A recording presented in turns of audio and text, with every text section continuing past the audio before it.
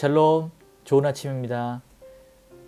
11월 4일 에스라서 4장 1절에서부터 10절까지 말씀을 매일 성경 순서에 따라 우리 함께 묵상하도록 하겠습니다. 오늘 전체 주제이자 핵심 내용을 좀 요약을 하면 이 거룩한 거절과 긴 싸움의 시작이 되는 부분들이 등장하게 됩니다. 세상과의 타협을 거부하고 인내로 싸우게 되는 영적 전쟁에 대한 이야기죠. 자, 이스라엘 땅의 성전이 재건된다는 소식이 북쪽에 있었던 사마리아 사람들, 여기 성경에는 유다와 베냐민의 대적이라고 표현이 되어 있는데 이 북쪽 사람들에게 이 소식이 전해 들어져 갑니다. 그래서 그들이 찾아와서 혼합주의, 같이 연합을 해서 우리도 함께 성전을 짓자라고 이런 이야기를 하게 됩니다. 이때 귀환을 이끌었던 지도자였던 스룹바벨과 또 예슈아라고 표현되어 있는 대제사장 여호수아는 이 북쪽 사람들의 유다와 베냐민의 대적들의 제안을 단호하게 거절하면서 그들과의 구별을 선언합니다. 자, 북쪽에 있었던 사람들이 거절을 당하자 갑자기 태도를 바꿔서 이제는 방해 공작을 시작하게 됩니다. 법적인 부분들과 행정적인 수단들을 모두 다 동원해서 유다 백성들이 성전을 짓는 일에 있어서 열심히 방해를 하게 되는 것이죠. 이 방해는 고레스 때에서부터 다리오 왕까지 심지어 아닥사스다 시대까지 아주 오랜 시간 동안 지속이 되었음을 우리가 알 수 있습니다. 그래서 이 본문은 하나님의 사역, 하나님의 일들이 세상과의 타협을 거부하고 인내와 끈기를 가지고 영적인 대적들과 이 긴 싸움을 감당해야 된다라고 하는 이런 부분들을 가르치게 됩니다. 오늘날 우리에게 주는 메시지도 바로 이런 거예요. 그리스도인들에게 그리고 하나님을 믿는 사람들에게 싸움이 없다, 늘 평안하다, 이것이 답이 아니라 믿음이 있으면 오히려 그 믿음과 함께 거룩하고 선한 싸움들을 싸워내야 한다는 것이죠. 그래서 이 시간 우리 함께 한 절 한 절 살펴보면서 내용들을 살펴보도록 하겠습니다. 먼저 1절과 2절을 보게 되면요, 이 대적들의 연합을 제의하는 부분들과 그들의 의도가 굉장히 불순했다는 것을 우리는 보게 됩니다. 자, 유다와 베냐민의 대적은 아까도 언급했지만 사마리아 사람들이에요. 이 사마리아인들, 북이스라엘 사람들로 우리가 표현할 수가 있는데, 북이스라엘이 멸망한 이후에 아수르로 의해서 이방 민족들과 이 북이스라엘의 사마리아 사람들이 섞이게 됩니다. 이것은 무엇을 의미하냐면 여호와 하나님만을 섬기게 되는 이 유일신의 사상과 이방 잡신들의, 그러니까 종교적인 혼합주의가 생겨나게 되는 겁니다. 이 아수르는 당시에 민족 혼합 정책을 가지고 있었는데요, 한 민족과 다른 민족들을 섞어서 그들의 민족적 정체성을 잃어버리고 다시는 나라가 재건하지 못하도록 이러한 정책들을 사용했습니다. 그래서 북이스라엘이 아수르 제국에 의해서 멸망당했을 때 남유다가 그대로 그들의 정체성을 유지하고 있는 동안 북이스라엘은 다른 타 종족들과 섞이게 되는 것이죠. 그래서 이러한 사람들이 다가와서 우리도 함께 성전을 짓자라고 했을 때 포로에서 귀환했던 남유다와 베냐민 사람들은 이것을 거절했다라고 우리가 볼 수 있는 것입니다. 자, 그들이 제안을 했을 때 이러한 말들을 던졌습니다. 우리도 너희와 함께 건축하게 하라. 근데 이것은 겉으로 보여지는 호의였지만 재건 사역을 영적으로 순수한 그러한 내용들을 무너뜨리려고 했던, 하나님의 백성을 혼합주의로 오염시키려고 했던 그 속셈이 있었던 것이죠. 그래서 존 메가더 목사님은 이러한 제의를 가리켜서 신앙과 불신앙의 타협이다, 성결한 사역에 대한 마귀의 전형적인 공격 방식이다 라고 이렇게 규정을 하면서, 사단은 때때로 노골적으로 다가오기보다는 함께하자, 너희의 일을 돕겠다, 동역하자 라고 하는 이러한 부드러운 방법으로 타협을 하게 해서 교회를 무너뜨리려고 한다 라고 이렇게 경고하기도 합니다. 자, 3절을 보니까 단호한 거절과 거룩한 구별에 대한 내용이 나오게 됩니다. 자, 무엇을 거절했는지 우리 살펴보면요, 스룹바벨과 예수와 다른 족장들은요, 하나님의 성전을 건축하는 일이 너희와 상관이 없다라고 거절을 하게 돼요.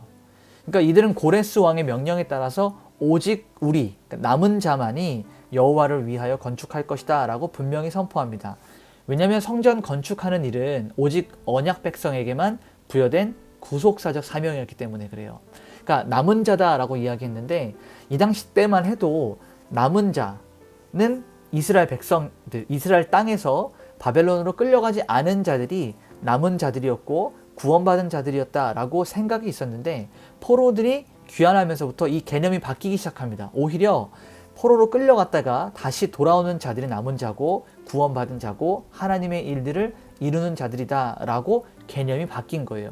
왜냐하면 이스라엘의 이 70년의 포로 기간 동안에 이스라엘 땅은 하나님의 영광이 떠났고 그 땅에 대한 안식기였고 이 땅이 황폐한 땅이 되었기 때문에 남은 자들의 포커스가 그 땅에 실제로 살아가고 있던 자들이 아니라 포로로 끌려가서 하나님의 도우심과 인도하심과 보호하심을 받았던 사람들이 바로 남은 자였다라고 성경은 말하고 있었기 때문이죠. 자, 그러면서 4절과 5절을 좀 보게 되면요, 이제 노골적으로 방해가 시작됩니다. 자, 거절을 당했어요. 북이스라엘의 이 사마리아인들이 자신들이 호의를 가지고 성전을 건축하겠다고 같이 돕겠다고 이야기했는데 거절을 당하자 태도를 바꿔서 노골적으로 방해를 하기 시작합니다. 성경을 보니까 유다 백성의 손을 약하게 하여 라고 하는 표현들과 건축을 방해했다라고 하는 말들이 드러나게 됩니다. 결국 그들의 목적이 드러나는 것이죠. 그래서 이들이 장기적으로 이 남유다와 베냐민 사람들이 성전을 건축하는 일을 아주 장기적으로 가로막고 방해하는 일들이 등장하게 돼요. 그래서 이 북이스라엘 사마리아 사람들이 뇌물을 주고 관리들을 매수해서 법적인 문제, 행정적인 문제를 자꾸만 일으킵니다.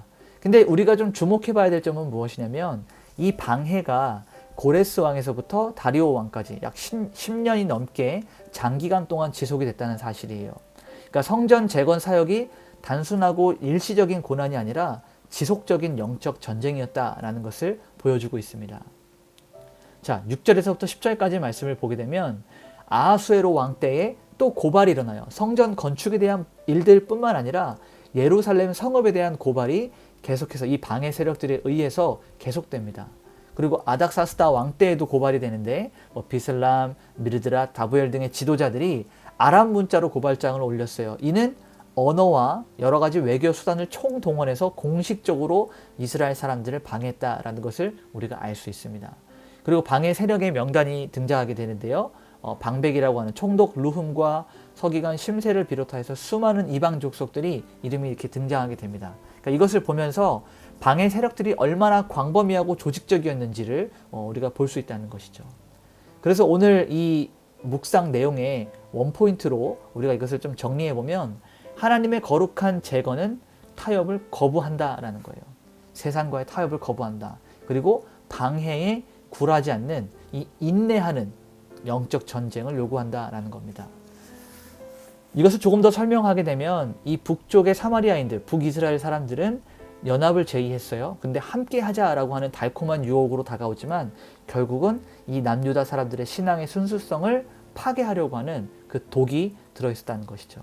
그래서 우리가 하나님의 사역을 할 때, 하나님의 일을 할 때에는 어떤 효율성을 따지지 말고 어떤 규모를 확장하는 것에만 바라보지 말고 거룩함을 기반으로 해야 됩니다. 이것이 얼마나 하나님 앞에 정결하고 얼마나 하나님의 뜻에 맞는지를 살펴봐야지 우리가 세상의 방식대로 효율성을 따지고 어떤 실용성을 따지고 어떤 규모를 따지게 되면 하나님의 일은 늘 그르치게 되어 있습니다. 그리고 우리의 대적들은요, 언제나 이 일시적이고 순간적으로 방해하는 것이 아니라 굉장히 오랜 기간 동안 그리고 조직적으로 방해하고 지속된다는 것을 우리가 말씀을 통해서 경고를 받게 됩니다. 그래서 이 싸움은 인내와 끈기를 가지고 하나님의 언약을 붙잡는 이 영적 전쟁이라는 것을 같이 우리가 보고 명심해야 되는 것이죠. 그래서 오늘 우리가 함께 이 말씀에 대한 적용점을 가져야 되는 부분은 우리의 신앙과 개인적인 삶의 영역에서 효율성이나 편리함을 이유로 말씀을 좀 흐리게 하는 세상과의 타협은 없었는지 좀 살펴보면 좋을 것 같습니다. 내가 세상적인 부분들을 타협을 하면서 신앙의 색깔을 약하게 하진 않았는지 좀 살펴보시고, 또 내가 감당하는 거룩한 싸움, 이 영적인 싸움이 있다면 이것은 단순하게 일시적이고 일회성이 아니라 굉장히 오랜 기간 동안 지속적으로 이 어려운 시간들이 부딪히게 될 거예요. 그런 순간들이 우리에게 다가올 때 우리는 온전히 하나님을 믿고 오래도록 지속적으로 하나님과 함께 이 믿음의 싸움을 싸워나갈 준비가 되었는가, 이런 질문을 스스로에게 던져보아야겠죠. 그래서 오늘 우리 함께 기도할 이 기도 제목들은 우리가 세상을 살아가면서 우리의 신앙의 본질을 흐리게 하는 모든 타협을 하나님 거부할 수 있는 힘을 주시옵소서. 말씀을 지켜내기 위해서 타협을 거부하는 용기를 우리에게 허락하여 주시옵소서. 이런 기도를 하시고, 또 하나님의 뜻을 따르는 길에서 만나게 되는 다양한 방해와 고난 가운데 하나님, 우리가 지치지 않고 또 흔들리지 않고 끝까지 인내하며 끈기를 가지고 주님의 일을 잘 감당하게 하여 주시옵소서. 이러한 기도 제목들을 가지고 우리 같이 한번 기도하며 오늘 하루를 시작하도록 하겠습니다. 기도하시겠습니다.